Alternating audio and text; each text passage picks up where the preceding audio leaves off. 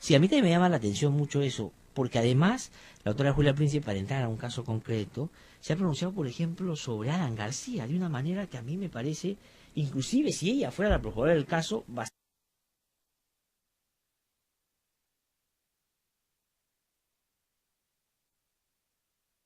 bastante llamativa, ¿no? Porque ha dicho, no hay indicios sobre que él puede estar involucrado en un caso de lavado de activos. Primero que, digamos, no debería dar esa aclaración ella porque no ve. Y en segundo lugar, ¿cómo que el procurador es la que va limpiando responsabilidad a las personas que todavía está investigando? Claro, y ahí precisamente se produce pues esta perturbación, ¿no? Porque es probablemente la procuradora Ampuero, que es la que conoce el caso, y seguro ha sido el primer,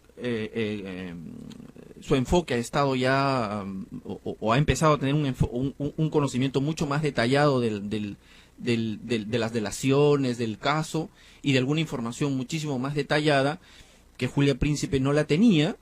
Y claro, porque cuando ella afirma que están evaluando la posibilidad de solicitarle al fiscal la incorporación de Alan García como investigado, es porque algunos elementos existen. Sí, claro. Si no, no estarían evaluando. Entonces, claro, ¿cómo queda la declaración de Julia Príncipe?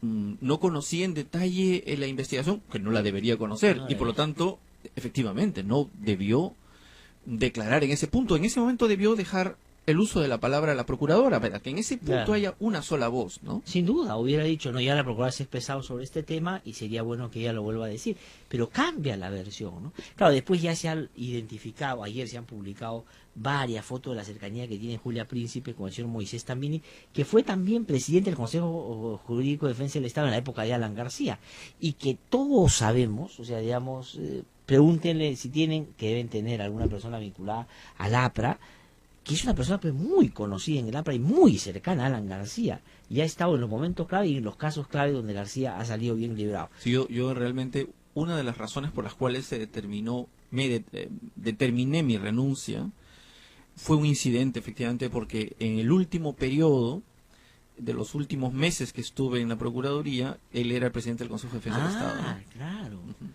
Y usted renunció por eso. ¿Por qué? Porque él tuvo una interferencia en un caso concreto, que el procurador nuevo en ese momento había ingresado a la Procuraduría. ¿Quién era el procurador? Ni recuerdo su nombre. Claro, porque hay un momento en que ya los procuradores se empiezan a dejar de recordar. Y después sí. Fue un paso absolutamente inactivo, ¿no? Ya, claro, ya de acuerdo. Pero ¿cuál fue la interferencia? ¿En qué caso era? ¿Se acuerdan o no? Un caso del vicepresidente de ese momento, ¿no? De Gianpietri.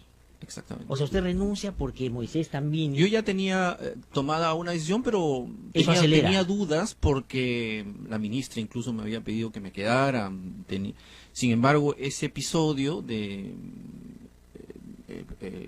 ese momento el jefe de defensa del Estado, este señor Tambini, pide efectivamente que a una procuradora que había sido muy incisiva en las preguntas que se le había hecho a Tambini, que se le estaba haciendo, a Gianpietri, había sido muy incómodo para él. No sé qué habrá pasado en el camino, que le pide Tambini al procurador nuevo que retire o que coloque a otro procurador, porque, digamos, hay algunos inconvenientes con una de nuestras procuradoras que era muy activa en esas preguntas, ¿no? Entonces, claro, yo le pregunté a este procurador por qué había dispuesto ese retiro de esta procuradora cuando me parecía equivocado, y claro, se consumó el hecho, ¿no? Se apartó a esta procuradora, se colocó a otro, y fue claro, ese es el nivel de Tambini, o sea, eso es lo que hace Tambini, interfiere. Ahora, Julia Príncipe es muy cercana a Tambini, lo ha tenido que reconocer ayer. Primero negó que participaba en su reunión, y ayer ha tenido que decir que ella reconoce a sus amigos, que no puede negar, que tiene una cercanía con Tambini hace muchísimo tiempo, y que además se conocieron cuando él era no conocieron, digamos, tuvieron una cercanía cuando él fue presidente del Consejo Jurídico de Defensa del Estado. Sí, ahora, si Tambini es así como usted describe, y Julia Príncipe tiene una cercanía, sí es un dato, pues, relevante, ¿no?, que puede estar tratando de interferir o no. Bueno, mire, yo tengo una experiencia concreta, sí, negativa de la intervención de este presidente del Consejo de Defensa del Estado en ese contexto, en ese tiempo, que me parece una interferencia. Claro, clarísimo. Lo que ahora, no sé si Julia Príncipe, seguro si queremos creer efectivamente que dentro de la buena intención es impulsar los casos, creo que no es lo más adecuado tomar el protagonismo que no le corresponde, ¿no? Repito, con el respeto y el afecto que le tenemos, ¿no? Y Julia Príncipe no creo que si ella designó en su momento a Amado Benco, debió confiar en esa posición. Y si ahora ha designado a estas procuradoras, debería confiar en su criterio y en su autonomía. Limitarse a pedirle información periódica, por supuesto, porque tiene que ejercer algún nivel de vigilancia y de supervisión, pero dejar que la vocería, la comunicación de la estrategia, del momento y la oportunidad de esta se decida en la propia Procuraduría y aquellas que conocen efectivamente el caso, ¿no? De acuerdo. Doctor Iván Montoya, le pregunto ahora sobre el caso de Alejandro Toledo, concretamente.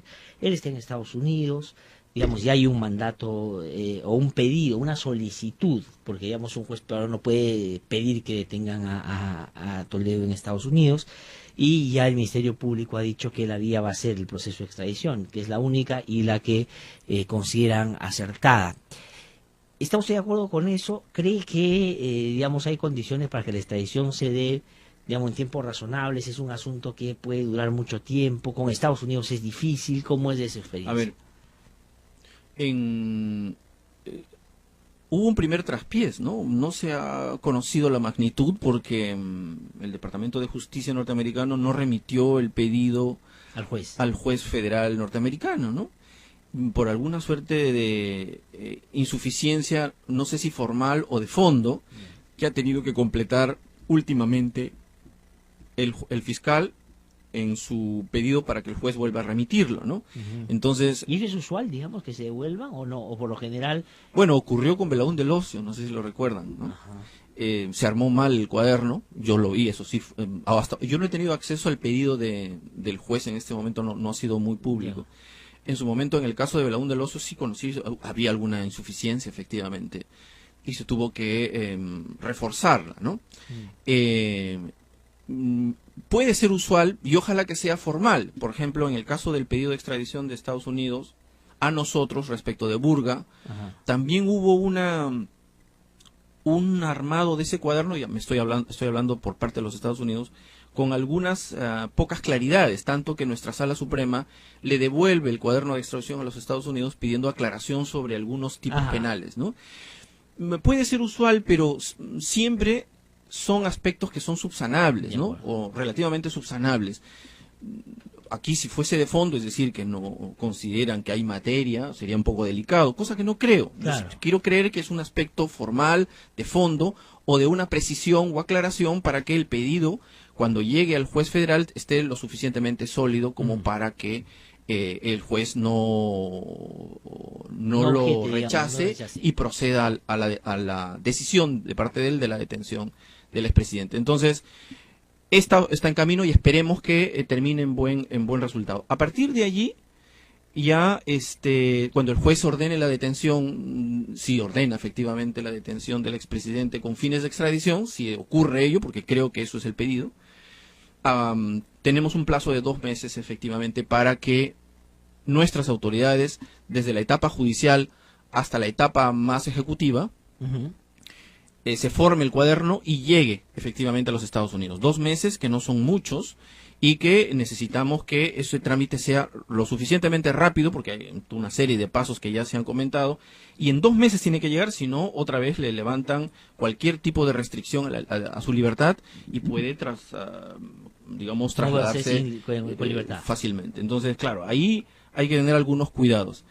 Y para los resto de procesos de extradición que seguramente van a venir, fíjese, ayer escuché a la ministra decir que tenían algunas deficiencias, los contaba ella, ¿no? Que a veces se han demorado en que el cuaderno de extradición llegue o el pedido de cooperación judicial llegue por un problema de burocratismo. En el 2001, 2, 3, digamos, se formaron una suerte de comisiones especiales para acelerar los procesos de extradición. Tanto en el Ministerio de Relaciones Exteriores, en el Ministerio de Justicia, operaban como comisiones especiales para impulsar el proceso de extradición. ¿Y usted cree que debería repetirse un poco ese modelo? Porque a mí me llamó la atención también lo de la ministra, porque dijo, ahorita lo que estamos haciendo es resolviéndolos de ahorita antes que se venzan. Es un modelo muy interesante porque obedeció a una política de Estado. Porque claro, se habían fugado muchos en el periodo entre el 2000, 2001, 2002. Ahora, ¿cuántos estarán yendo? Saben muy bien en qué comité de selección estuvieron, qué tomas de decisión tuvieron, saben lo vulnerables que son, que podrían sus nombres en cualquier momento aparecer y ya están fuera, o empiezan a estar afuera, o midiendo de cuánto es el fiscal, cuánto está avanzando el fiscal para saber en qué momento se van. Entonces, claro, va a haber un número importante de prófugos y deberíamos estar preparados con una política por lo menos parecida a la que hubo en ese momento. Hay posibilidades de evitar que se escapen algunos que están, digamos, ya por lo menos imaginando que se le puede venir la noche. Aunque los indicios no sean todavía lo suficientemente intensos y sólidos, uno puede pedir algunas medidas cautelares proporcionadas a ese nivel de indagación.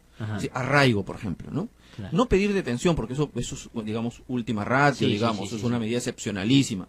Pero pedir un arraigo, por ejemplo, a la espera de coronar, digamos, la cadena de indicios, ¿no?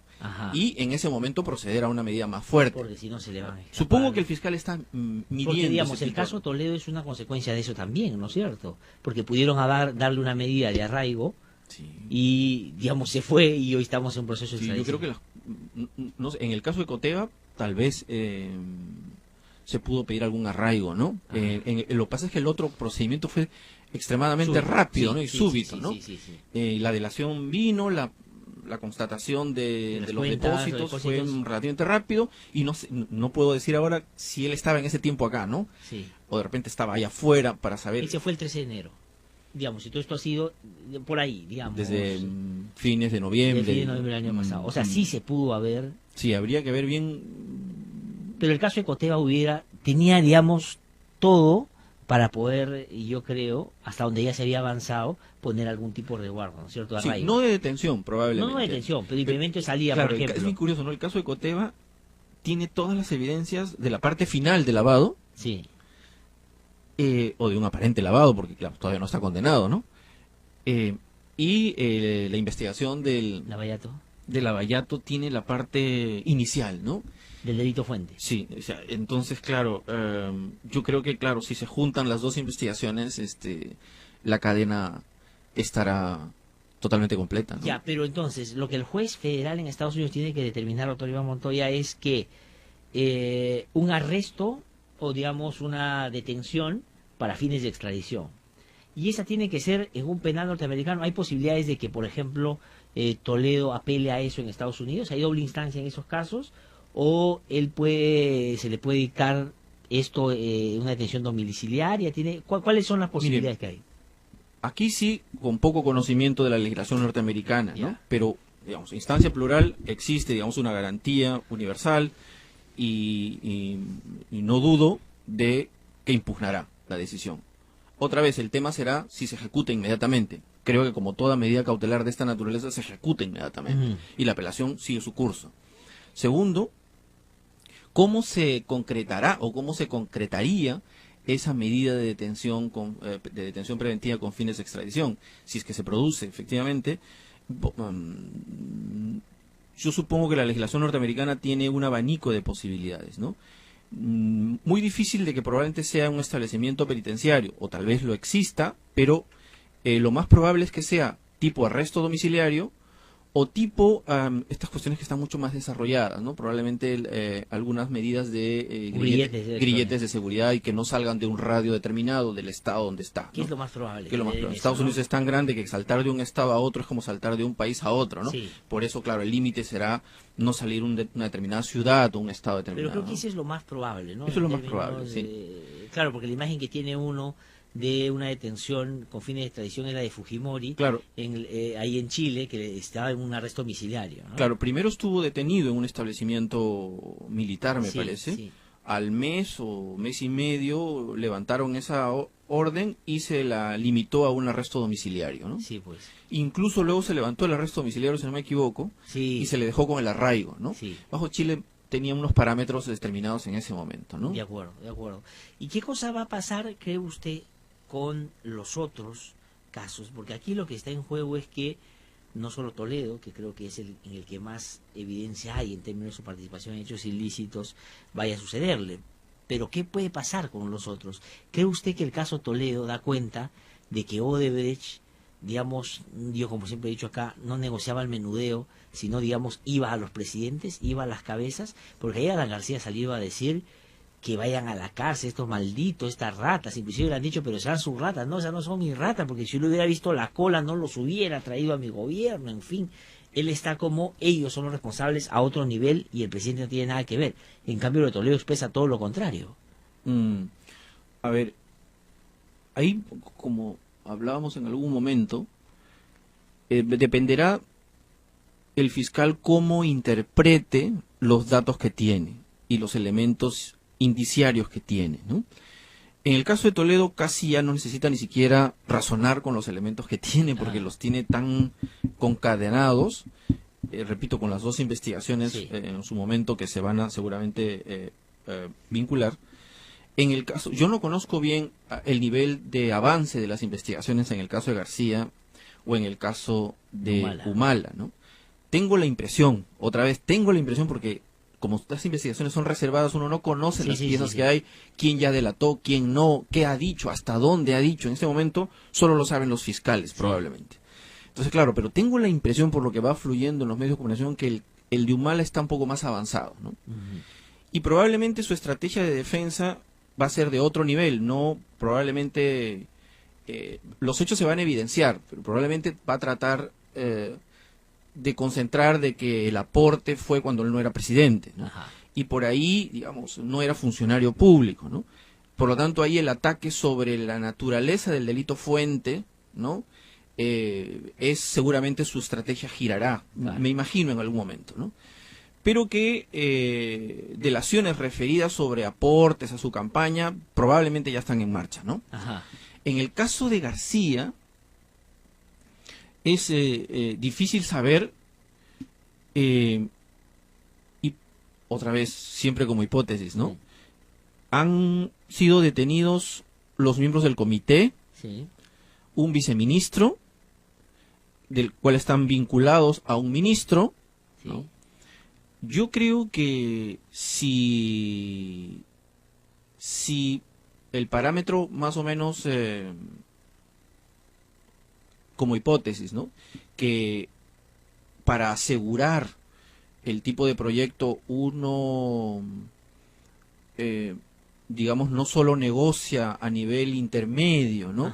Sino por la envergadura de los montos, ¿no? Sino que la hipótesis es que, supongo que es la del fiscal, seguramente está trabajando una hipótesis así, es alguien que asegure completamente esa decisión, y esa sería la cabeza.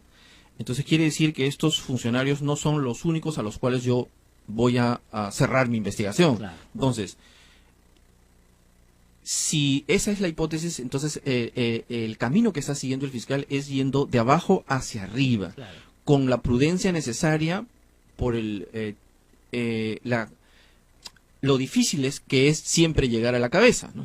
En este caso, a efectos de esperar precisión y detalle de la declaración de estas personas.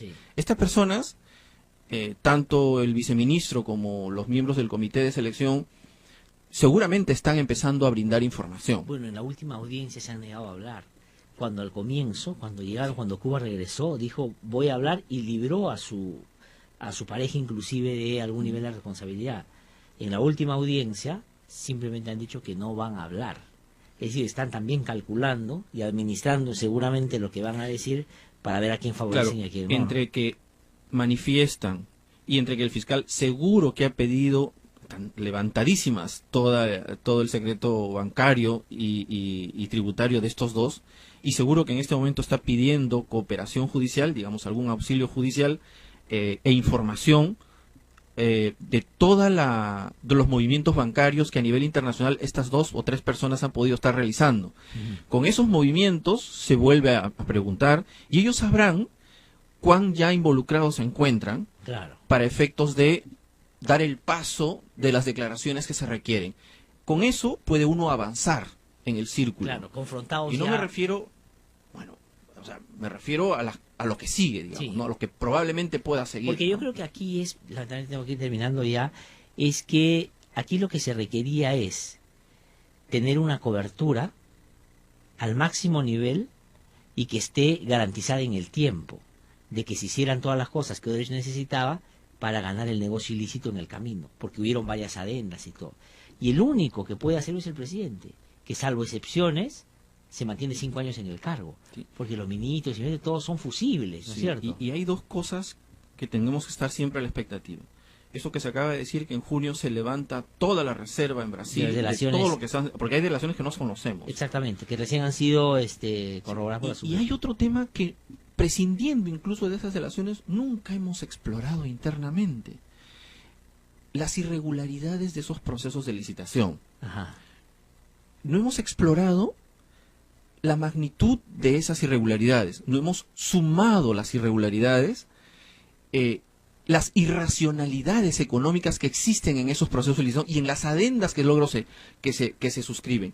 Esas irracionalidades sumadas en cantidad, yo hasta ahora no entiendo por qué no ha sido suficiente para construir un caso de colusión. Independientemente de las delaciones. Independientemente, hay casos normales, pequeños de colusión, en las que la Sala Suprema y nuestros tribunales prueban acuerdos colusorios. No necesitamos probar pagos ni nada, acuerdos colusorios por la cadena de irregularidades a los procesos de contratación estatal o por la irracionalidad económica del procedimiento. Esos son indicios que, claro, hay que sumarlos. Sí. Y usted dice, y una potencialidad nociva para los intereses del Estado, y yo tengo un delito de colusión. O sea, ¿usted cree que había elementos suficientes solo con las irregularidades? Por lo menos para avanzar hasta una acusación, en algunos casos. Pero no habrá sido el hecho de que no se haya tomado en cuenta al nivel que usted plantea, producto de el manejo que tienen determinados políticos del propio sistema de justicia, y que ahora que estalla en Brasil ya no tienen manera de controlarlo, porque ese puede ser el elemento también. Claro, siempre es que la corrupción, siempre, la moderna, la actual, las de los últimos 10 años, ¿no? O 20, no sé, se intenta darle cobertura legal. ¿No? Entonces emitimos un decreto supremo. Claro. ¿No? Incluso Fujimori intentaba darle la de 15 millones, era un decreto supremo, ¿no? Por urgencia, por el ataque de las FARC arriba, ¿no? Siempre es importante darle la apariencia de legalidad. Acá liberalizar requisitos que se pueden pretender. Siempre sospechar de eso, ¿no? Es decir, también las normas jurídicas pueden ser instrumentos de una colusión. O sea, es decir, no solo la persona que, como Toledo, parecer por la información que se tiene, que recibió plata directamente es un corrupto, también lo puede ser quien acondiciona todo el escenario legalmente para favorecer algún interés particular. Estamos reaccionando porque el pago, o sea, la parte casi final, la hemos conocido, ¿no? Sí. Pero no hemos sido de los síntomas primeros, es decir, la irregularidad del proceso, la cantidad de rapidez en el procedimiento, el no cumplimiento de alguna normativa, decretos que permitieron levantar esto, lo otro, la irracionalidad del contrato, ¿no? Y la potencialidad pérdida del Perú en sus intereses económicos. Eso permitía ya armar un caso. Ya, de acuerdo, pero si eso fuera así y se tomara en cuenta quienes participaron de todo ese proceso y no recibieron necesariamente coima directa, deberían ser involucrados. El presidente Kuczynski, por ejemplo, era ministro en esa época, y lo que dice los cables que se mandaron a Brasil, y lo ha difundido Hitler en sus 13 el viernes, da cuenta de que Toledo le decía a Kuczynski: levante esa observación, resuelve, saca lo que tienes que sacar y todo. Esa parte en la que Kuczynski pudo haber participado, de repente sin recibir plata, porque de repente no recibió nada de plata, también podría ser un elemento de investigación serio. Mire, lo único que puedo decir, un delito de colusión, lo que pasa es que muchos del 2004 esos delitos podrían haber prescrito, pero un delito de colusión no necesita probarse que alguien recibió dinero de alguien. Es simplemente a partir de una cadena de irregularidades que se producen en ese proceso de licitación o de contratación estatal, incluso normativas para tratar de dar licitud a un proceso irracional, sin necesidad de probar un pago, puede ser un delito de colusión. O sea que quienes se defienden, como Alan García ha hecho, que me demuestren la plata que me pagaron, que me demuestren dónde, en qué momento me dieron plata, digamos, está apuntando en una dirección, en una sola dirección, pero no en la otra, en la que puede no haber recibido directamente. Si un presidente incide y realiza y determina modificaciones normativas sobre un proyecto de carácter irracional, y para eso tenemos evidencias que generan potencial peligro para los intereses del Estado, entonces ahí habría que sospechar de que efectivamente todo se trata de un armazón para tratar de favorecer a alguien. Y eso es colusión, ¿no? De acuerdo. Y la última, breve, 30 segundos. El caso de lavado de activos, la investigación que se le ha abierto a Kenji Fujimori. Keiko Fujimori salió a decir que es una cortina de humo. ¿Cree usted que hay más bien elementos importantes para que se investigue? Porque tampoco que está determinándose que era responsable, ¿no? Vi la investigación periodística que se hizo, muy acuciosa, tomó meses esa investigación, y la investigación ya viene, la propia fiscal viene ya de bastante tiempo, o sea, no es una sorpresa. Y hasta donde yo recuerdo de esa investigación, había efectivamente otra vez por lo menos una cobertura de movimientos societarios que podrían ser formalmente legales, pero cuando uno se hace la pregunta final, y este fondo que se capitaliza y que proviene de afuera, ¿de dónde proviene? Ajá. Esa es la pregunta que falta, y por lo tanto ameritaba la investigación para que a partir de allí se solicite información en las fuentes que corresponda para saber todo ese origen de ese fondo que está, hasta donde yo recuerdo, ¿no?, de una cantidad importante de dinero que se capitaliza en las empresas actuales, en las empresas internas, pero que provienen de afuera. Es ese salto el que falta. Porque ¿no? se dice que esa puede ser plata del propio Alberto Fujimori, que llega de Japón a Perú y se inyecta en estas empresas. Efectivamente, eso justifica efectivamente que la investigación avance, porque internamente es un movimiento societario extraño, muy extraño, ¿no? Doctor Iván Montero, muchísimas gracias por haber venido.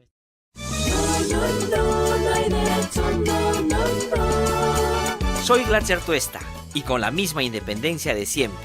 Ahora nos cambiamos de dial, pero no de camiseta. Desde el 1 de marzo, no hay derecho, a través de los 105.5 FM. Una producción de IDL Radio.